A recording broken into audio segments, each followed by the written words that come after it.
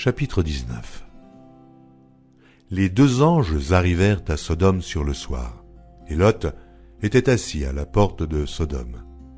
Quand Lot les vit, il se leva pour aller au-devant d'eux et se prosterna la face contre terre. Puis il dit : « Voici, mes seigneurs, entrez, je vous prie, dans la maison de votre serviteur, et passez-y la nuit. Lavez-vous les pieds, et vous vous lèverez de bon matin, et vous poursuivrez votre route. » « Non, répondirent-ils, nous passerons la nuit dans la rue. » Mais Lot les pressa tellement qu'ils vinrent chez lui et entrèrent dans sa maison. Il leur donna un festin et fit cuire des pains sans levain, et ils mangèrent. Il n'était pas encore couché que les gens de la ville, les gens de Sodome, entourèrent la maison, depuis les enfants jusqu'aux vieillards. Toute la population était accourue. Ils appelèrent Lot et lui dirent : « Où sont les hommes qui sont entrés chez toi cette nuit ? Fais-les sortir vers nous, pour que nous les connaissions. » Lot sortit vers eux à l'entrée de la maison et ferma la porte derrière lui. Et il dit : « Mes frères, je vous prie, ne faites pas le mal. Voici, j'ai deux filles qui n'ont point connu d'homme. Je vous les amènerai dehors et vous leur ferez ce qu'il vous plaira. Seulement, ne faites rien à ces hommes, puisqu'ils sont venus à l'ombre de mon toit. » Ils dirent : « Retire-toi. » Ils dirent encore : « Celui-ci est venu comme étranger, et il veut faire le juge. Eh bien, nous te ferons pis qu'à eux. » Et, pressant Lot avec violence, ils s'avancèrent pour briser la porte. Les hommes étendirent la main, firent rentrer Lot vers eux dans la maison, et fermèrent la porte. Et ils frappèrent d'aveuglement les gens qui étaient à l'entrée de la maison, depuis le plus petit jusqu'au plus grand, de sorte qu'ils se donnèrent une peine inutile pour trouver la porte. Les hommes dirent à Lot : « Qui as-tu encore ici ? Gendres, fils et filles, et tout ce qui t'appartient dans la ville, fais-les sortir de ce lieu, car nous allons détruire ce lieu parce que le cri contre ses habitants est grand devant l'Éternel. L'Éternel nous a envoyés pour le détruire. » Lot sortit et parla à ses gendres qui avaient pris ses filles.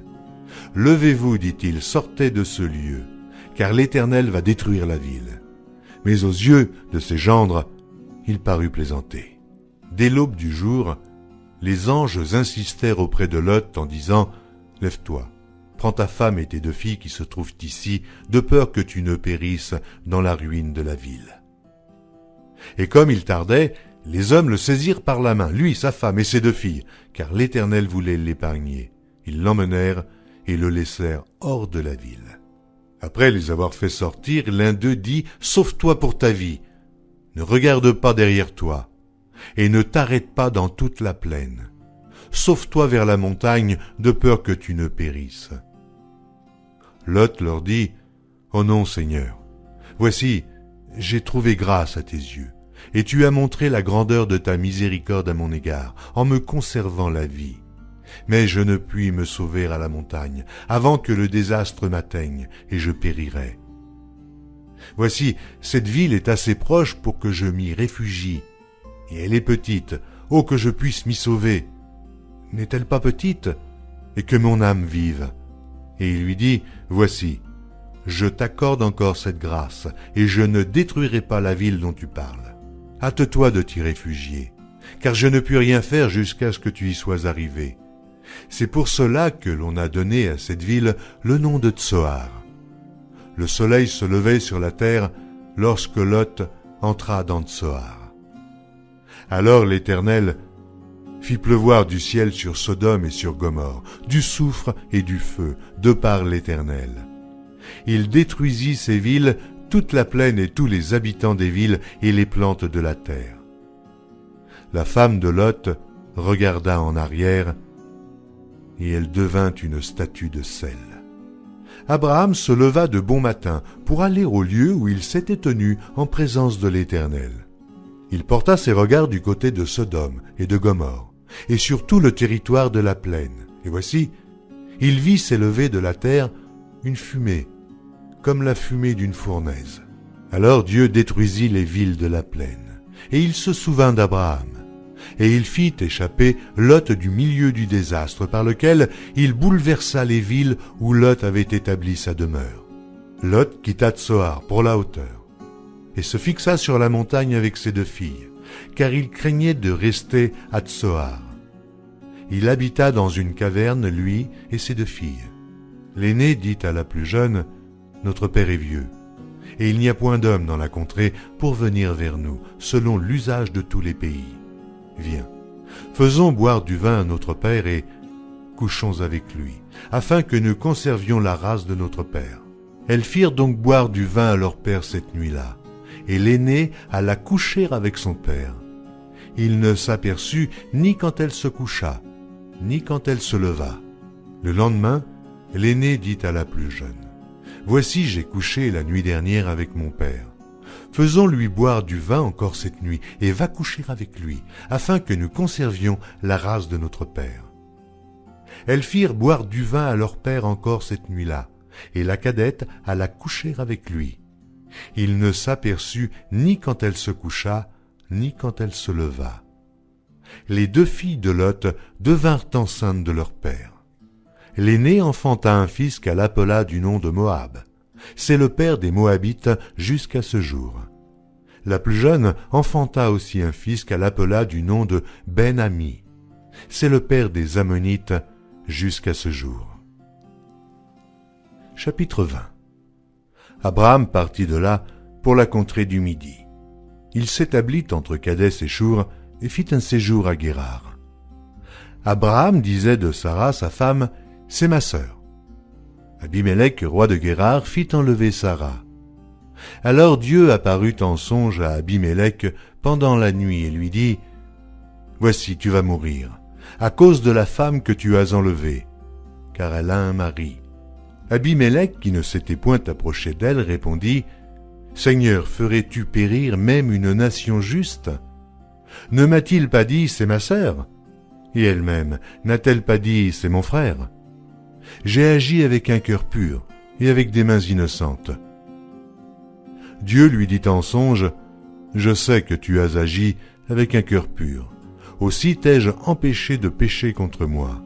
C'est pourquoi je n'ai pas permis que tu la touchasses. Maintenant, rends la femme de cet homme, car il est prophète. Il priera pour toi, et tu vivras. Mais si tu ne la rends pas, sache que tu mourras, toi et tout ce qui t'appartient. » Abimélec se leva de bon matin. Il appela tous ses serviteurs et leur rapporta toutes ces choses. Et ces gens furent saisis d'une grande frayeur. Abimélec appela aussi Abraham et lui dit, « Qu'est-ce que tu nous as fait? Et en quoi t'ai-je offensé pour que tu aies fait venir sur moi et sur mon royaume un si grand péché? Tu as commis à mon égard des actes qui ne doivent pas se commettre. » Et Abimélec dit à Abraham, « Quelle intention avais-tu pour agir de la sorte? » Abraham répondit, « Je me disais qu'il n'y avait sans doute aucune crainte de Dieu dans ce pays, et que l'on me tuerait à cause de ma femme. De plus, il est vrai qu'elle est ma sœur, fille de mon père. Seulement, elle n'est pas fille de ma mère, et elle est devenue ma femme. Lorsque Dieu me fit errer loin de la maison de mon père, je dis à Sarah, « Voici la grâce que tu me feras. Dans tous les lieux où nous irons, dis de moi, c'est mon frère. » Abimélec prit des brebis et des bœufs, des serviteurs et des servantes, et les donna à Abraham et lui rendit Sarah, sa femme. Abimélec dit, « Voici, mon pays est devant toi, demeure où il te plaira. » Et il dit à Sarah, « Voici, je donne à ton frère 1000 pièces d'argent, cela te sera un voile sur les yeux pour tous ceux qui sont avec toi, et auprès de tous tu seras justifié. » Abraham pria Dieu, et Dieu guérit Abimélec, sa femme et ses servantes, et elles purent enfanter. Car l'Éternel avait frappé de stérilité toute la maison d'Abimélec à cause de Sarah, femme d'Abraham. Chapitre 21. L'Éternel se souvint de ce qu'il avait dit à Sarah, et l'Éternel accomplit pour Sarah ce qu'il avait promis. Sarah devint enceinte, et elle enfanta un fils à Abraham dans sa vieillesse, au temps fixé dont Dieu lui avait parlé. Abraham donna le nom d'Isaac au fils qui lui était né, que Sarah lui avait enfanté. Abraham circoncit son fils Isaac, âgé de 8 jours, comme Dieu le lui avait ordonné. Abraham était âgé de 100 ans à la naissance d'Isaac son fils. Et Sarah dit, « Dieu m'a fait un sujet de rire, quiconque l'apprendra rira de moi. » Elle ajouta, « Qui aurait dit à Abraham, Sarah allaitera des enfants ? Cependant, je lui ai enfanté un fils dans sa vieillesse. » L'enfant grandit et fut sevré, et Abraham fit un grand festin le jour où Isaac fut sevré. Sarah vit rire le fils qu'Agar, l'Égyptienne, avait enfanté à Abraham. Et elle dit à Abraham, « Chasse cette servante et son fils, car le fils de cette servante n'héritera pas avec mon fils, avec Isaac. » Cette parole déplut fort aux yeux d'Abraham à cause de son fils. Mais Dieu dit à Abraham, « Que cela ne déplaise pas à tes yeux, à cause de l'enfant et de ta servante. Accorde à Sarah tout ce qu'elle te demandera, car c'est d'Isaac que sortira une postérité qui te sera propre. Je ferai aussi une nation du fils de ta servante, car il est ta postérité. » Abraham se leva de bon matin, il prit du pain et une outre d'eau qu'il donna à Agar et plaça sur son épaule. Il lui remit aussi l'enfant et la renvoya. Elle s'en alla et s'égara dans le désert de Beer-Shéba. Quand l'eau de l'outre fut épuisée, elle laissa l'enfant sous un des arbrisseaux et alla s'asseoir vis-à-vis, à une portée d'arc, car elle disait « Que je ne vois pas mourir mon enfant. » Elle s'assit donc vis-à-vis de lui, et leva la voix et pleura. Dieu entendit la voix de l'enfant, et l'ange de Dieu appela du ciel Agar et lui dit, « Qu'as-tu, Agar ? Ne crains point, car Dieu a entendu la voix de l'enfant dans le lieu où il est. Lève-toi, prends l'enfant, saisis-le de ta main, car je ferai de lui une grande nation. » Et Dieu lui ouvrit les yeux, et elle vit un puits d'eau. Elle alla remplir d'eau l'outre et donna à boire à l'enfant. Dieu fut avec l'enfant qui grandit, habita dans le désert et devint tireur d'arc. Il habita dans le désert de Paran, et sa mère lui prit une femme du pays d'Égypte. En ce temps-là, Abimélec, accompagné de Picol, chef de son armée, parla ainsi à Abraham. « Dieu est avec toi dans tout ce que tu fais. Jure-moi maintenant, ici, par le nom de Dieu, que tu ne tromperas ni moi, ni mes enfants, ni mes petits-enfants, et que tu auras pour moi et le pays où tu séjournes la même bienveillance que j'ai eue pour toi. » Abraham dit, « Je le jurerai. » Mais Abraham fit des reproches à Abimélec au sujet d'un puits d'eau dont s'étaient emparés de force les serviteurs d'Abimélec. Abimélec répondit, « J'ignore qui a fait cette chose-là. Tu ne m'en as point informé et moi, je ne l'apprends qu'aujourd'hui. » Et Abraham prit des brebis et des bœufs qu'il donna à Abimélec, et ils firent tous deux alliance. Abraham mit à part 7 jeunes brebis, et Abimélec dit à Abraham, « Qu'est-ce que c'est 7 jeunes brebis que tu as mis à part ?»